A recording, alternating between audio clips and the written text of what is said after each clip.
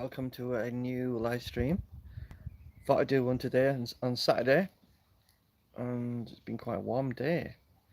And I've been doing quite a bit of work. Last night I was doing a bit of work on the surge filter. I had a bit of problem with the UV, where the power brick you get with it's it's quite a big one, and I had to figure out a way of slotting it through the electric cupboard that I've built. Unfortunately, it won't fit. So what I had to do is literally take it apart, unsolder it, resolder the neutral and the blue wire, and I also had to solder the connections in the power brick for the surge filter. Hi mate, how you doing? Um, so so Tom's just come on. How you doing, mate?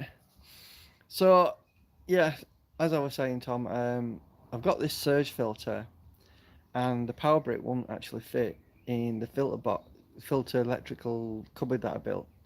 So what I had to do was disassemble the electrics, unsolder the soldering for the three main live cables, such as neutral, live, and earth, and resolder it once I slotted it through the cupboard.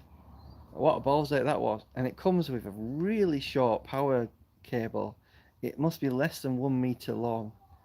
Um, so I thought that's not very good of Evolution Aqua to supply a UV power cable that's only 1 meter long. I thought that was a bit silly. So I had to more or less disassemble it and reassemble it and get it to work, and cross my fingers that that I didn't muck it up. Fortunately, it seems to be powering, so I think we did a good job there. Um, and what I've been doing is building up the surge filter, basically setting it up. Also doing the pipe work.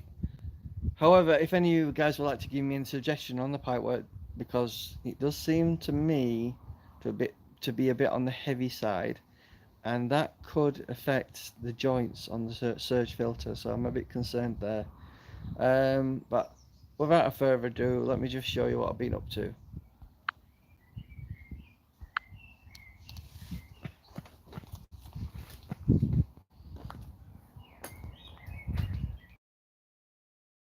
So this is the pipework configuration I've got up at the moment. So if I just show you around here. So the surge filter is set up. I'm trying to find the ball valve that comes with it. I've sort of misplaced it, but it would normally be there. This is the surge filter, and this is more or less the setup. I've put my Evolution Aqua power controller on there on some plywood, so it's fitted there, so I've got easy access to it.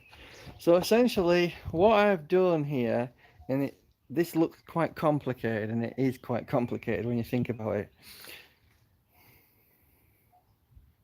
Um, well, I hope it did, Tom. Be nice to see anyone extend a sleeper pond, and it's relatively easy. Doing a sleeper pond extension is not that hard.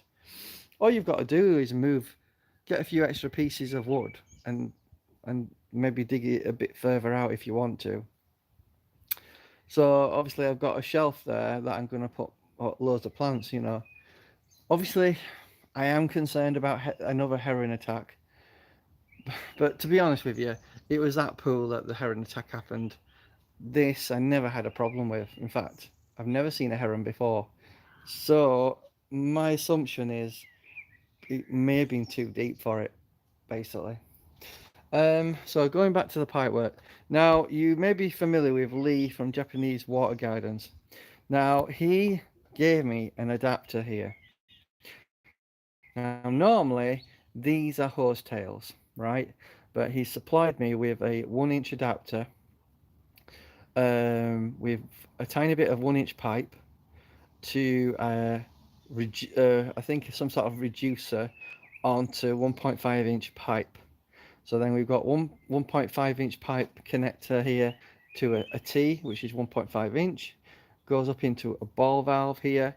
We have another bit of 1.5 inch pipe. The idea here is to allow me a possibility of diverting some of the flow, because the thing is these surges are not designed to take a huge amount of water. So the idea is we're splitting the flow. So we'll have a bit of a flow coming up and down into a box filter that I'll have here. I may split that into a freeway potentially.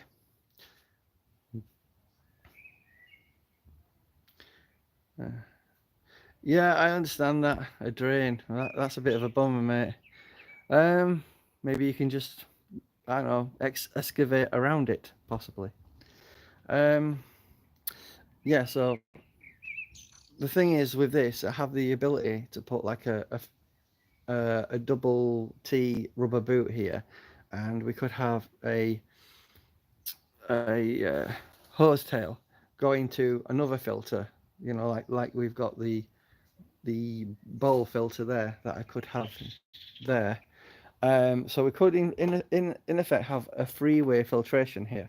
So we'd have a box filter that's going to be here, where I'll have a pipe running into it.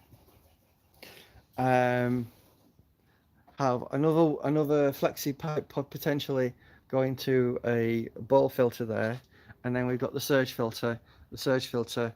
The idea here is to use some clear pipe, so you'll actually see the water flow come out of it, and then in like an elbow going down, also into the box filter as well. So basically, there'll be two lots amounts of water going into the filter. The only thing I'm sort of unsure of,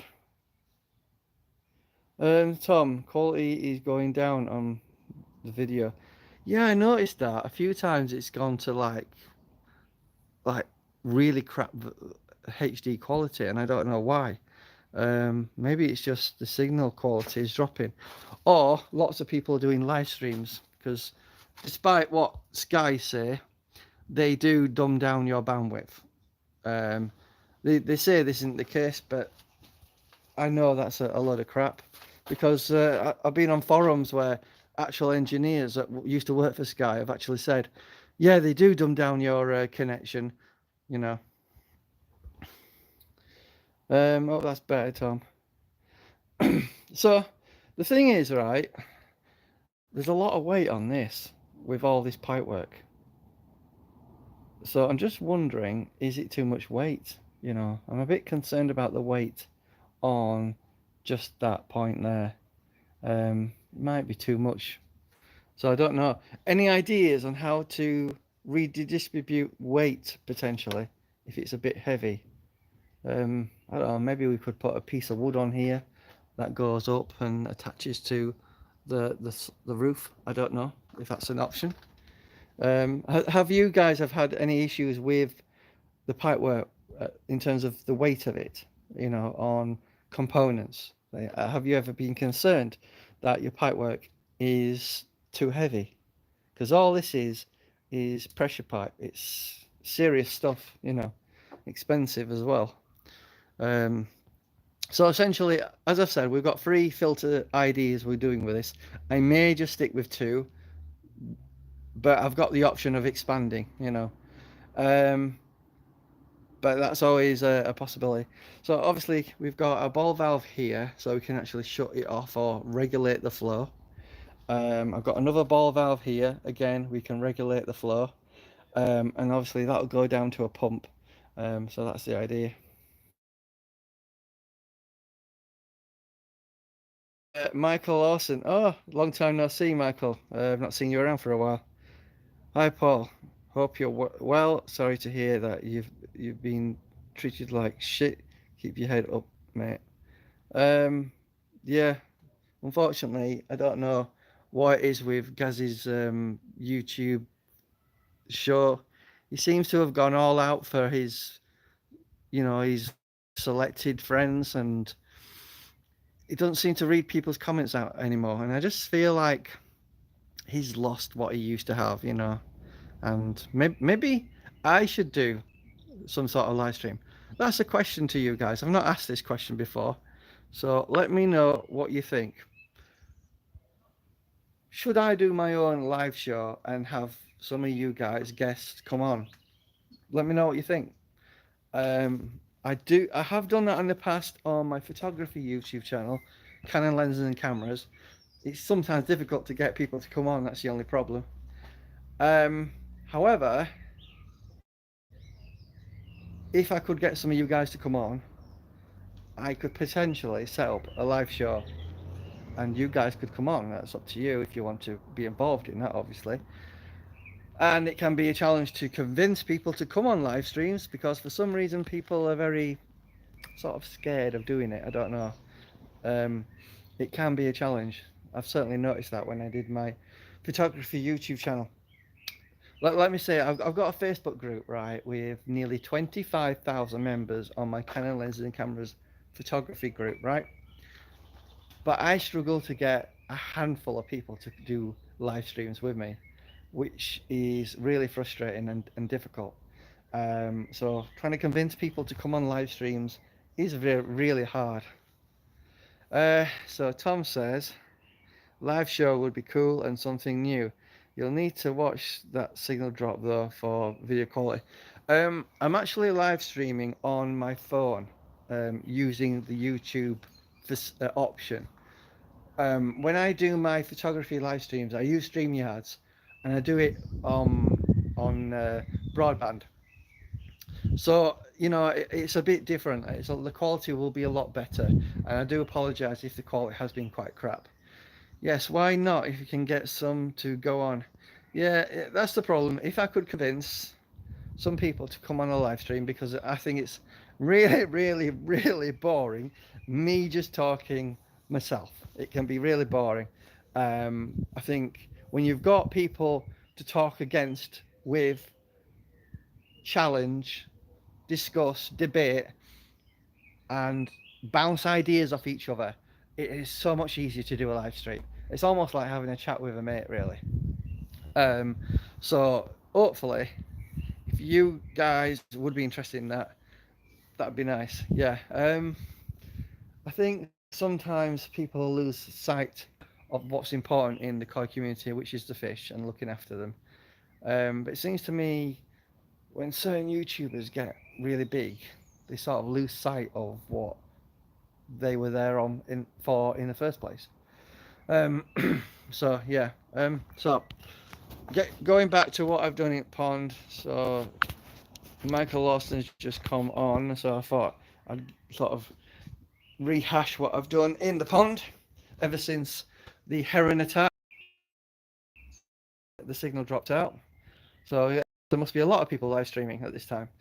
That's the scene of the attack, ladies and gentlemen. I put my fish in there temporarily, and they all got wiped out by a heron, even though there was a net on protecting them. It couldn't get the fish, but they were so badly damaged. Basically, they died one by one over a period of a week. So that's what happened. Unlike certain people on YouTube, I didn't get any people donating to me, and I never asked for that, and I never will. But certain people seem to be rewarded for something that happened well after it happened to me. Anyway, that's the past. Let's get on with what we're talking about today.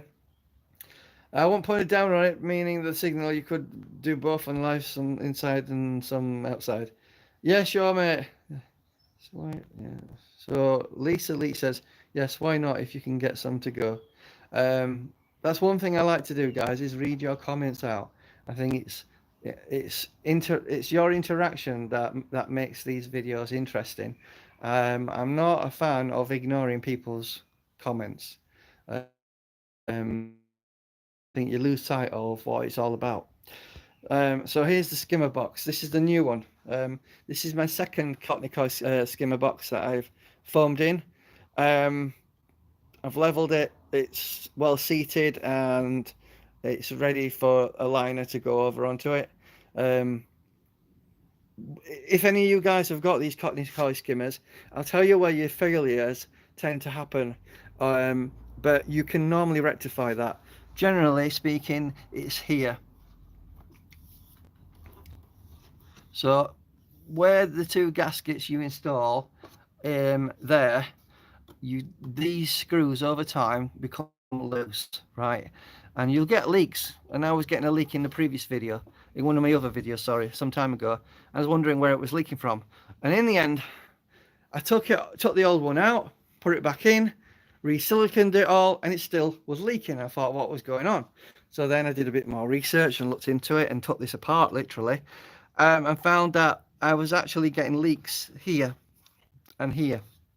All you have to do is tighten those screws, maybe put a bit of silicone on, and it should resolve it. So if any of you guys have that problem, that's likely to be the cause. So if you have a Cockney Koi skimmer, you see the gaskets are not great, they're not fantastic. If you want a better version of this, consider the Oazi version. They do a similar one, but it costs about 5 times the price, which is about 200 odd quid. Better made, it's built by a German company. However, they are incredibly expensive. The full kit, the Pro Skimmer, I think it's called. I've done an unboxing video. Check my YouTube channel out if you want to see the Oazi version. It was like £300 all in. It's a lot of money. That is 50 quid. Big difference, you know. So, that's the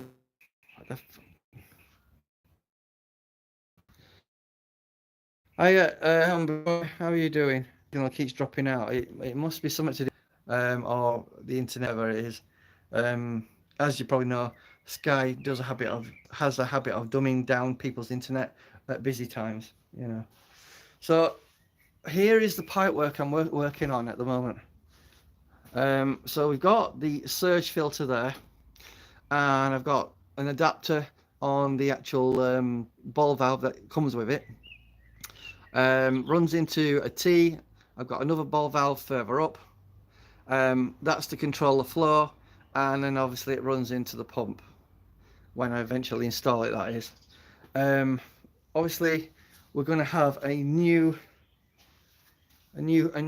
box filter here. Literally all that will run into it. That's the idea, guys. Let me know what you think, if that's a good thing. The only thing that concerns me is the weight of all that pipe work on that joint there. Any suggestions on how to deal with weight of pipe? Because it's going to look a bit, a bit of a monstrosity as it is, you know. It's quite a complex project.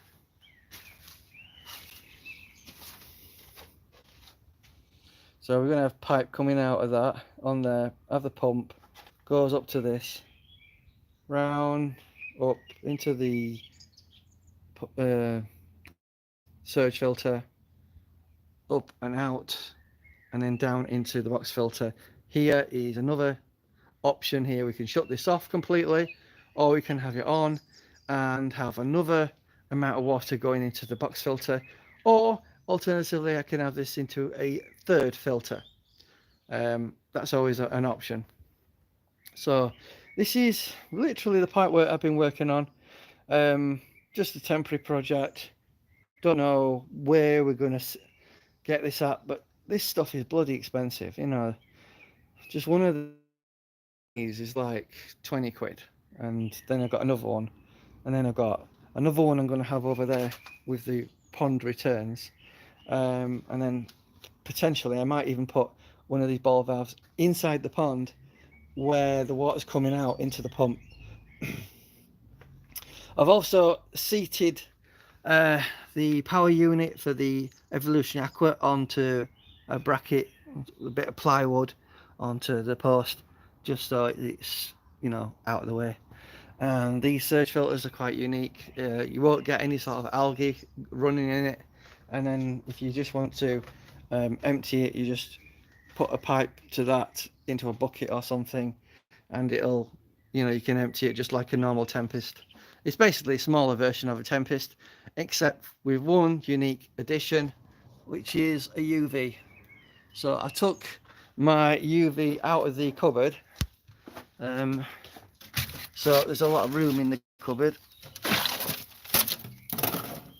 So I've got all this really is for electrics really, and that's the power brick that I had to literally take apart and reassemble and resolder because it won't fit through the holes in the side of the cupboard.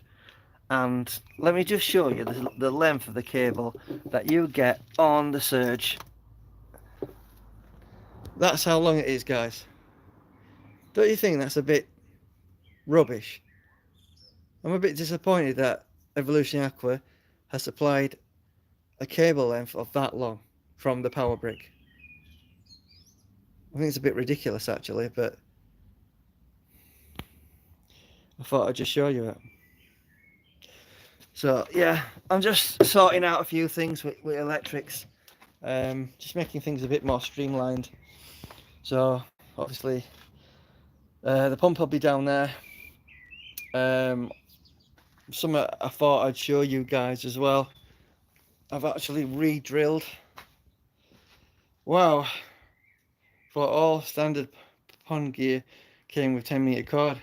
It comes with a longish cable from the UV, right? From the UV bulb, right, to the actual brick, which I would say is about maybe 2 meters long, right? But then the actual brick to your plug is pretty much less than 1 meter. I thought that was a bit silly when I unraveled it and thought, how the hell am I going to get that brick in there? Because what they recommend is you don't have it exposed to sunlight because obviously it could burn out. I had to figure out a way. What's the best way of hiding it? Now I could have attached it to the roof somewhere. However, the power cable to an actual plug is too short. I couldn't figure out how the hell do I have to solve this. So I had to literally take apart. I had to literally, ladies and gentlemen, take apart that power brick, unsolder it piece by piece. I took pictures and I wrote down what I was doing just in case I forgot what the hell I did. Because you can do that if you're trying to disassemble something. You think, hang on a minute, which goes to which? I've forgotten. So I wrote down everything and took pictures before I disassembled that. So that's an important tip, guys. Always take a picture of what you're disassembling and reassembling.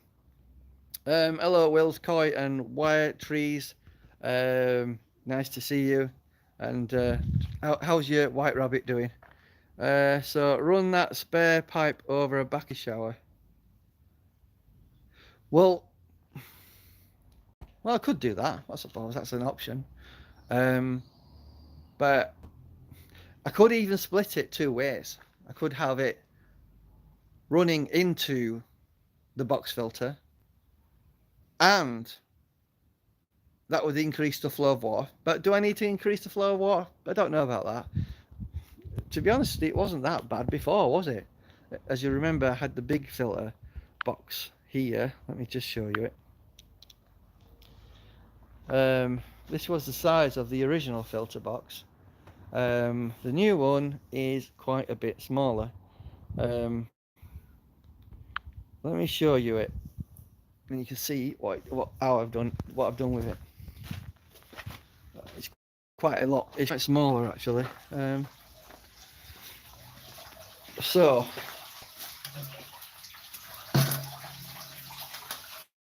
let me just get this thing on the floor so you guys can see it. Yeah, I can. That's what I put in the ball valves on, mate. How's those ball valves that I sent you going on? Have you used them or? Right. So let me show you the new filter.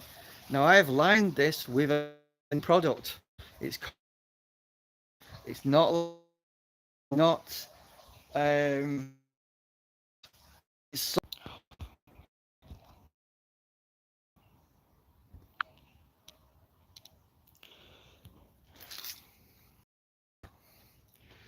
There you go. That's epoxy. This is epoxy. It's basically a thick plastic. I've shown this before, but in the centre, right there, is a bit of fiberglass. So you can use it with fiberglass as well.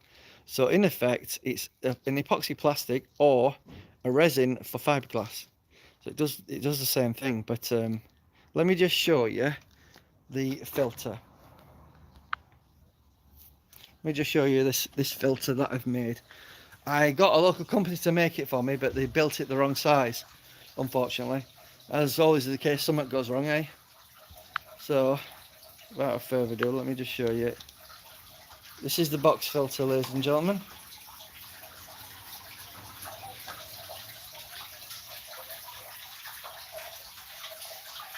So that's the box filter. Essentially, it's similar to what I had before, but just a bit smaller.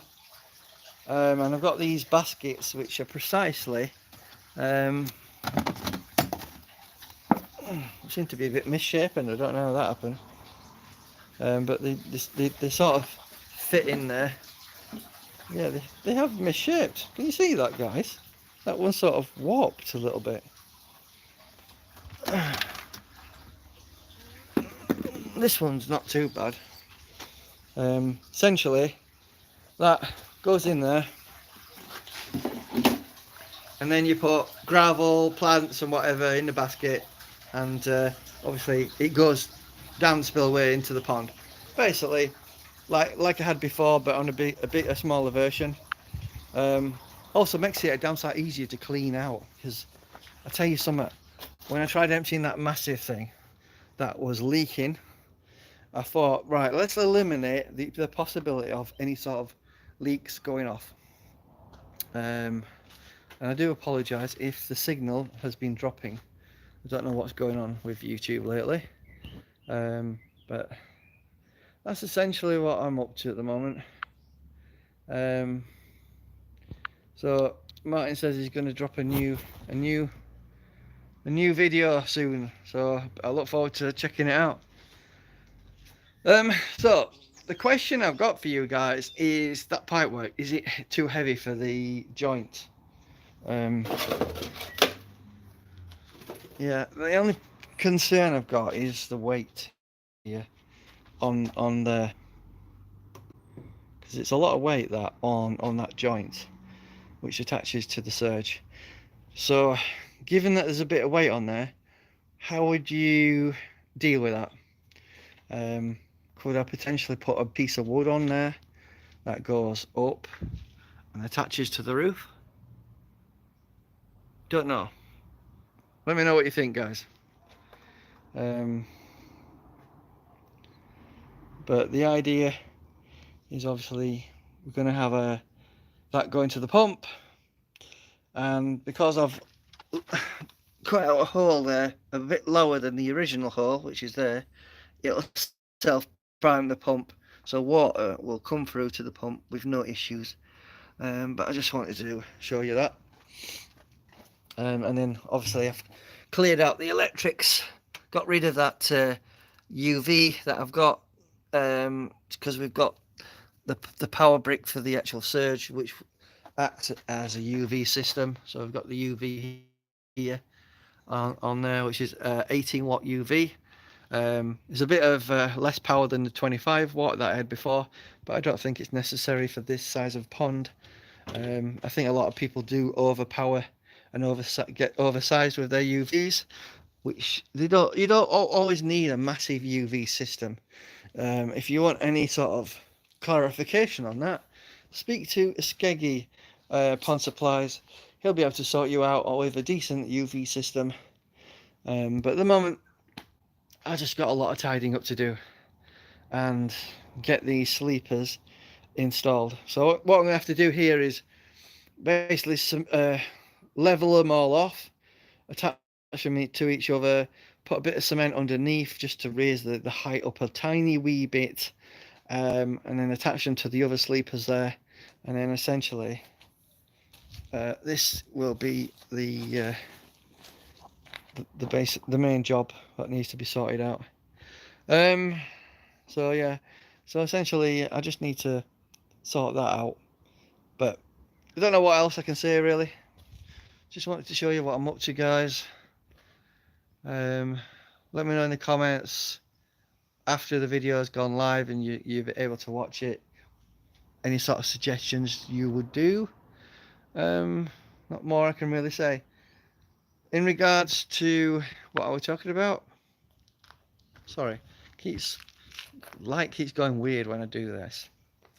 Anyway, what I'm asking you to regarding my doing a live stream, a live show with guests, people that want to come on, have a chat. Um, let me know if you'd be interested in that. Now, I don't talk about Japanese fish or Israeli fish or European fish or fish from Poland or showers or this, that, and the other. I talk about ponds and I talk about nice looking fish. I talk about caring for your fish. I talk about how to build ponds. I talk about sleeper ponds. I talk about in-ground ponds, the aquascape way of building ponds. These are things that I think people want to talk about. I don't think they want to look at a fancy fish that costs £200, £300, £500, and see it swimming in a bowl.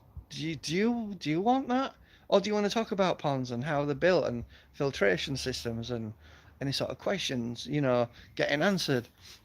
Do you want your comments to be read out? Do you want some regular interaction with your host on the live show that you're coming on to? Is that something you prefer? Is that something you find more engaging? Is that something you're interested in, rather than having regular experts that just talk about stuff that you're not even into or bothered about? Because I'll be honest with you, I've started to get bored of watching these live shows that Gaz have been doing from his Thursday live shows. I think they become boring. I think what made them interesting before was the fact he read comments out and engaged with his audience. But when you've got people on and all you do is chat about stuff that regular people are not interested in, I think. Do you want another option? Do you want something different? Do you want something that engages the audience and comments to be read out? Is that something you want? Let me know in the comments what you would like in a live show with guests where I actually set up properly and create a proper live stream, just like I do with my photography channel. If you check out my Canon lenses and cameras YouTube channel, you'll find that I got proper live shows on there with proper guests, where I read people's comments out. We talk about certain subjects that matter to people, and those live streams do quite well. I hadn't done one for a while because it's difficult to get people to have the time to come on. I have to arrange it some weeks in advance. So let me know what you would like, and maybe we can sort something out in the future. So I'll leave it there. Hope you had a nice day. Now it's starting to cool down. It's going to be a bit more easier to relax. Have a nice day and an evening, and take care of yourself. And bye bye.